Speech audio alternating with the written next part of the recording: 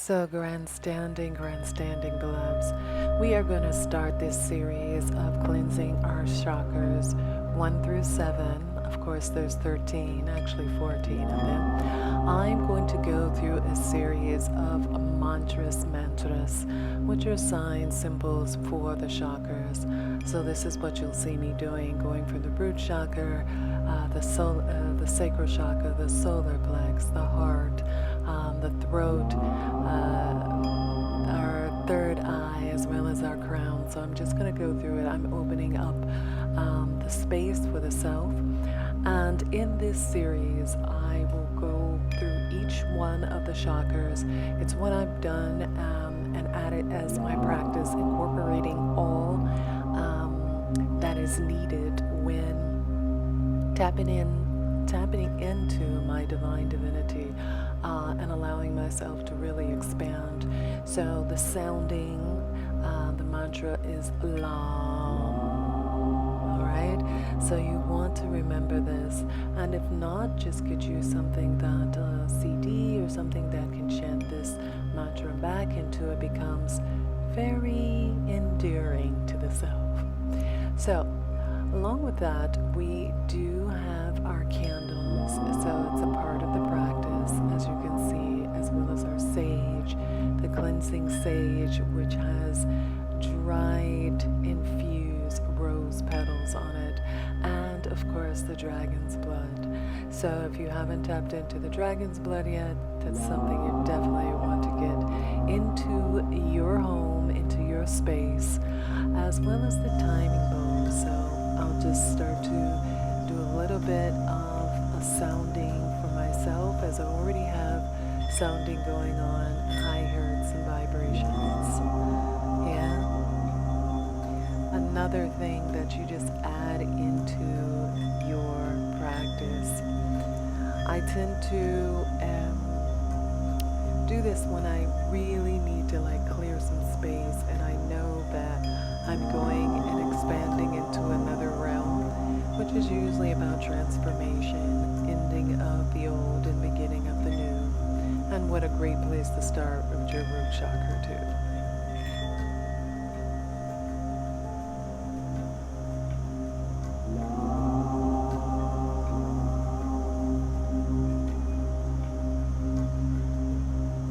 So, as I have stated before in other videos, here I have what I call my altar box, and this is all about the root chakra, and it's about that yin and yang and the depth of being able to deal with simplistic, basic things, self-preservation, grounding, and as well as inner and understanding that you need stability in everything. So on these cards you can see that I have plenty of them, and I just basically put all of my affirmations on the cards, as well as remembering what my stones, my crystals, what they mean, the different body parts that they relate to. So it's just getting into a simple practice of being able to enter and understand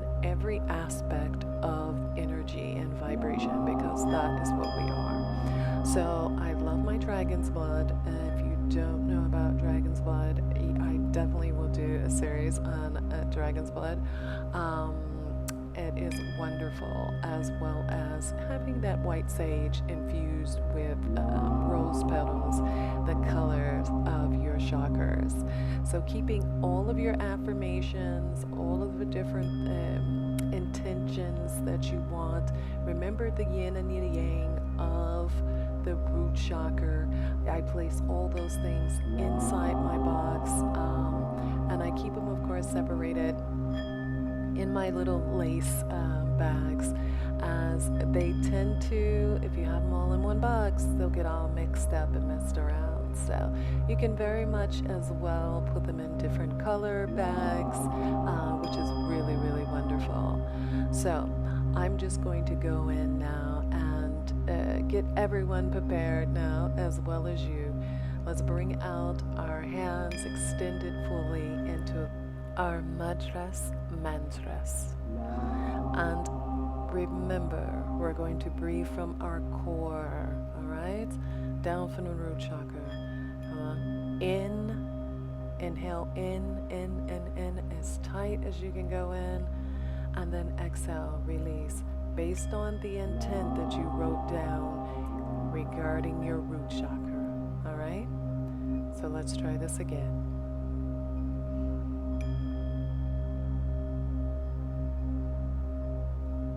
Beautiful. One more time.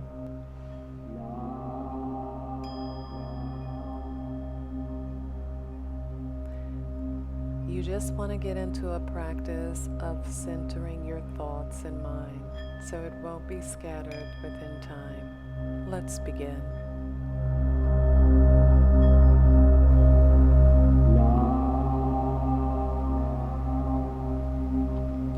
Alright, so you see I have the blocks, and if any of you have been watching my videos, you do enter and understand I use these blocks, okay? They are very good for allowing you to rest as well as deepen your posture without putting so much stress on your arms, your legs, so on and so forth.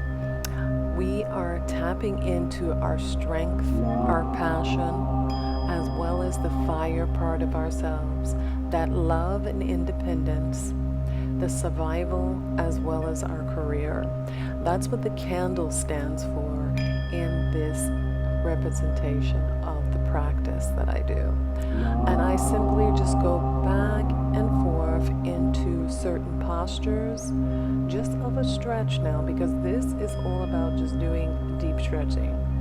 And I find that when I am doing candle work and mantras, as well as the Tibetan bowls, I have to allow myself to not just go so quickly into the motion, actually take my time and think about what it is that I set my intentions on, at the same time doing the practice, the deep stretching. So we're going to take our time here. In some of the other videos that you will see or you've already seen, you can tell that I go at different pace. Sometimes I go very fast, sometimes I go into a free flow, other times I take my time and put full intent as I'm doing here. It's all just simply my intent. Rolling your body, and I would say your hips, from your hips up, is really good when you're trying to open up your hips. It is a brilliant thing to do. So allow yourself to get with that as well.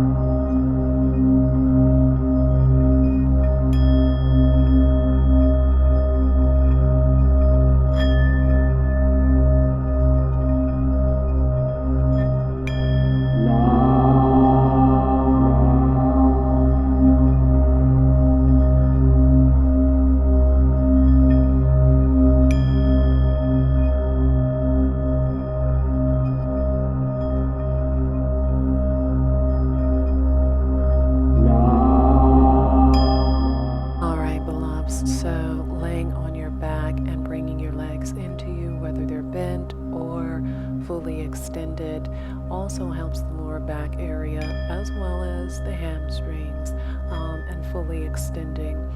Where you grab your feet is quite important because that also is the extension of your arms to your hands. And all these things I'm mentioning are quite critical as you do your yoga practice, because you're going to be using different muscle groups that you haven't used before, and they can get tender or sore.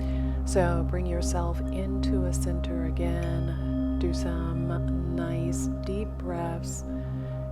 I tend to love this, especially when I need to just like focus, just like, okay, I'm here. Let's go into this transition without rushing and take my time. Again, here we're just doing core work. We're working on core work and strengthening our ability to stay in the boat position, as well as extend our arms outwardly or upwardly. Full-on extensions. Allow yourself to rest into that position and hold as long as possible.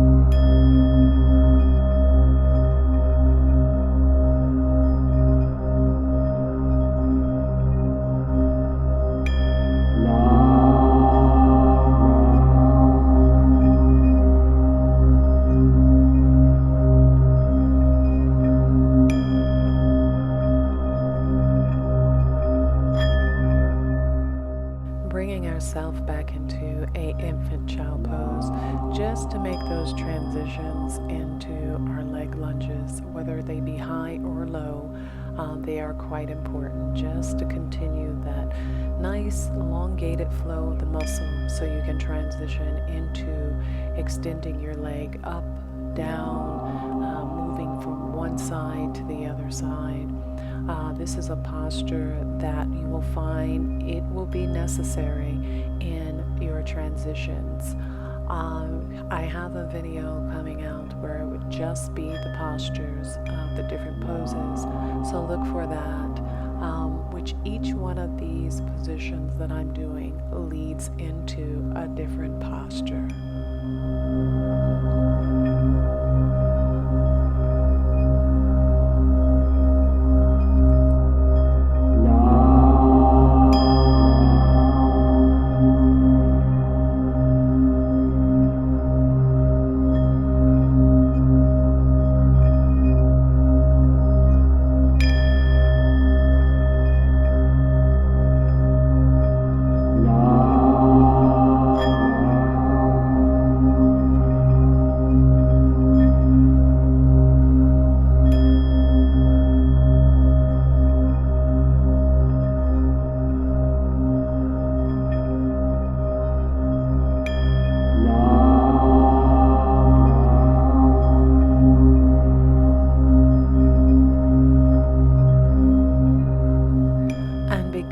as my practice goes across the board, I could not be without the Anubis posture, the Kemetic yoga, so I do practice that, as well as bringing forth that Mayat Aset combination here with the wings. So it's definitely something that once you get on your journey, you'll decide the flow for you.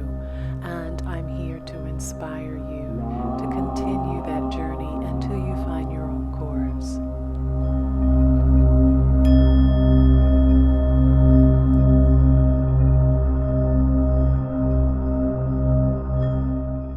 Allow yourself to lean forward up on your tiptoes, resting on your elbows in your inner pocket of your forearms.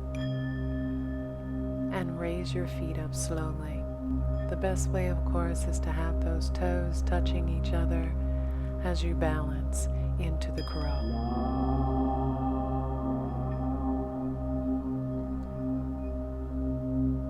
Now just take some deep breaths again, to being mindful of where you are, what it is that you're focusing on, and what you are committed to do.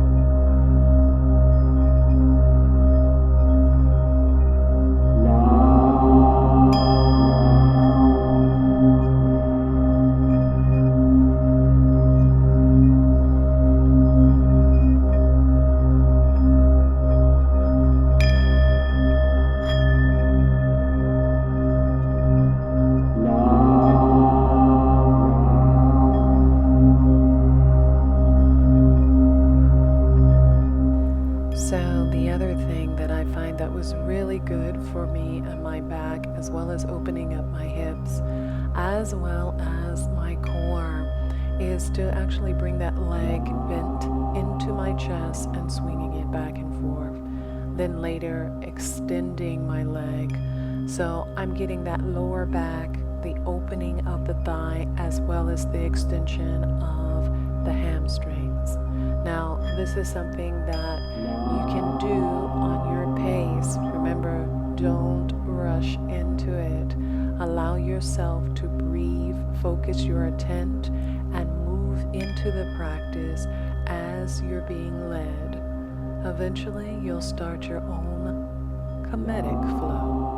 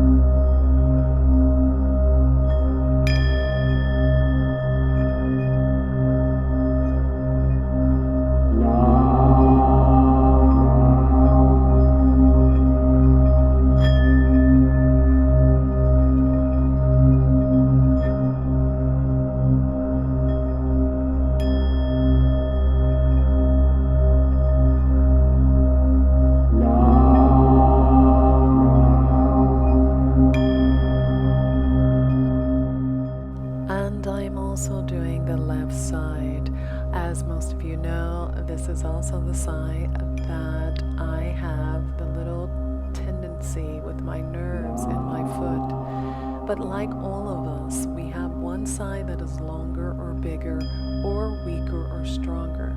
However, that does not mean you do not commit to extending, practicing, stretching, massaging, whatever balance that will service that body in harmony. So I do both sides, whether they're stronger or weaker, eventually they become enlightened in one balance.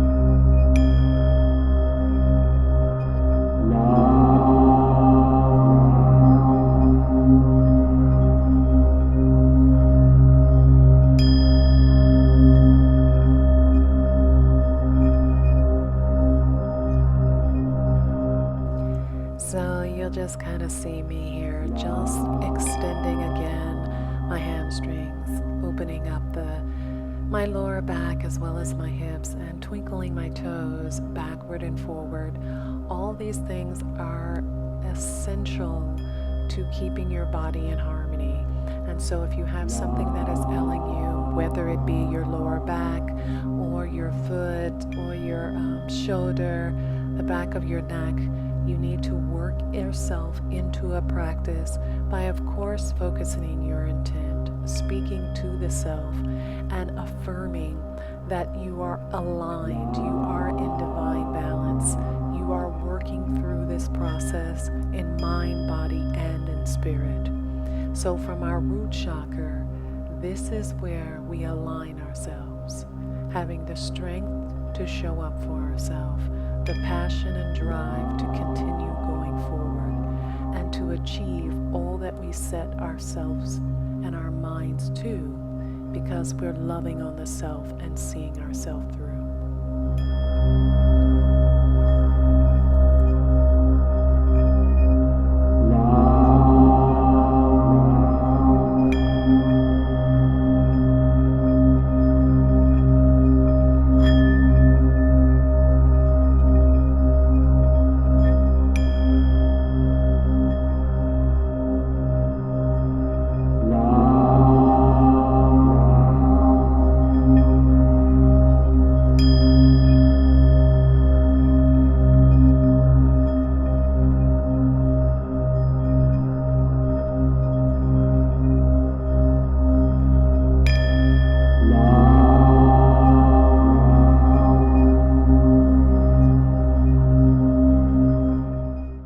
Take those final breaths, all in that root chakra, just cleansing that space and pouring that intent into it. Love, independence, career, strength and passion as you're taking action to do so.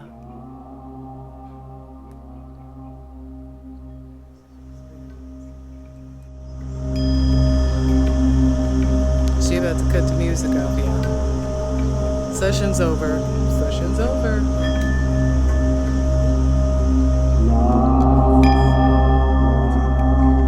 Isn't it?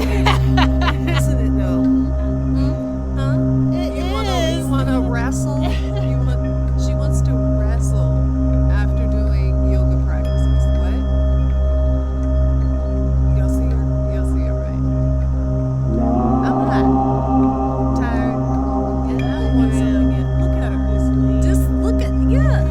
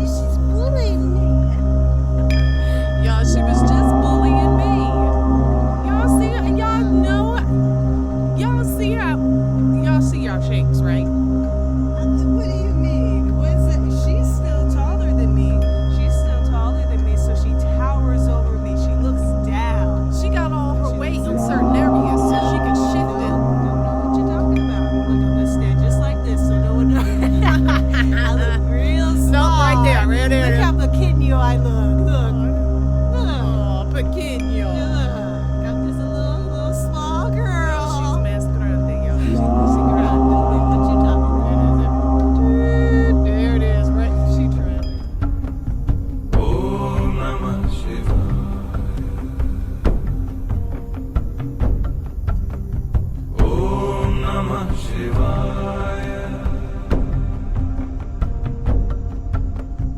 Om Namah Shivaya. Om Namah Shivaya.